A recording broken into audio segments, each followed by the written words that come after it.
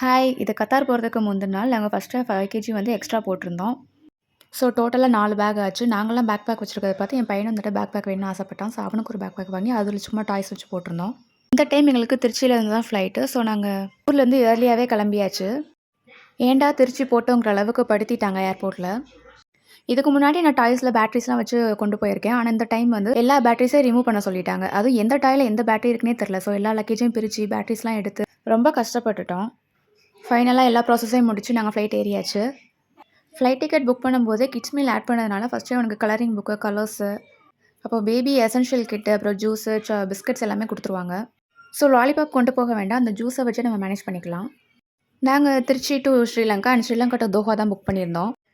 இந்த புக்கு வந்து ஸ்க்ராட்ச் பண்ணிவிட்டு ஸ்டிக்கர்ஸ் ஒட்டுற மாரி, அப்புறம் கலர்ஸ் பண்ணுற மாரி நிறைய ஆக்டிவிட்டி இருக்க மாரி இருக்கும். அந்த புக்கை வச்சு தான் ஃபுல்லா என்டர்டெயின் பண்ணேன். அப்புறம் இந்த தடவை ஃப்ளைட்டில் கொடுத்த சாப்பாட அவர் சாப்பிட்டுக்கிட்டாரு. நெக்ஸ்ட் இது மாதிரி ஒரு வீடியோ பார்க்கலாம். வரைக்கும் பாய்.